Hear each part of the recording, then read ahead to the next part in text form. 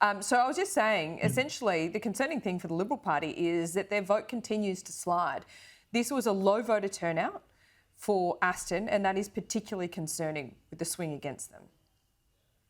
Absolutely, and I think there's some interesting things around turnout there that we have to consider.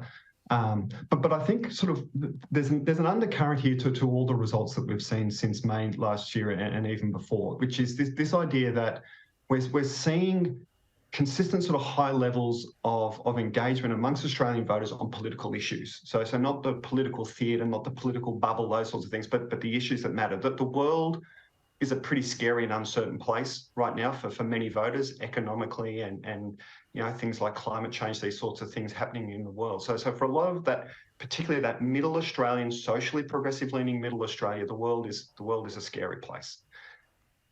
But when we talk to them about what they're hearing from the opposition, they're not hearing anything about those issues. In fact, what they're describing to us is the opposition sort of over there saying weird things about climate, saying weird things about gender, and saying, even saying weird things about Nazis.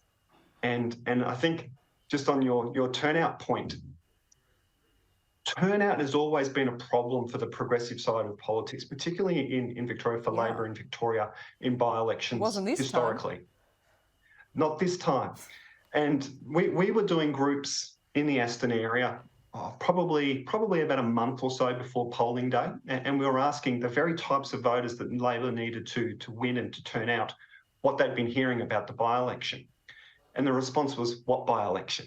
And that's not unusual. That's not unusual. And you would historically, you would expect to see something like that for a by-election in Victoria with a Labor incumbent government. So we thought turnout was going to be a real problem.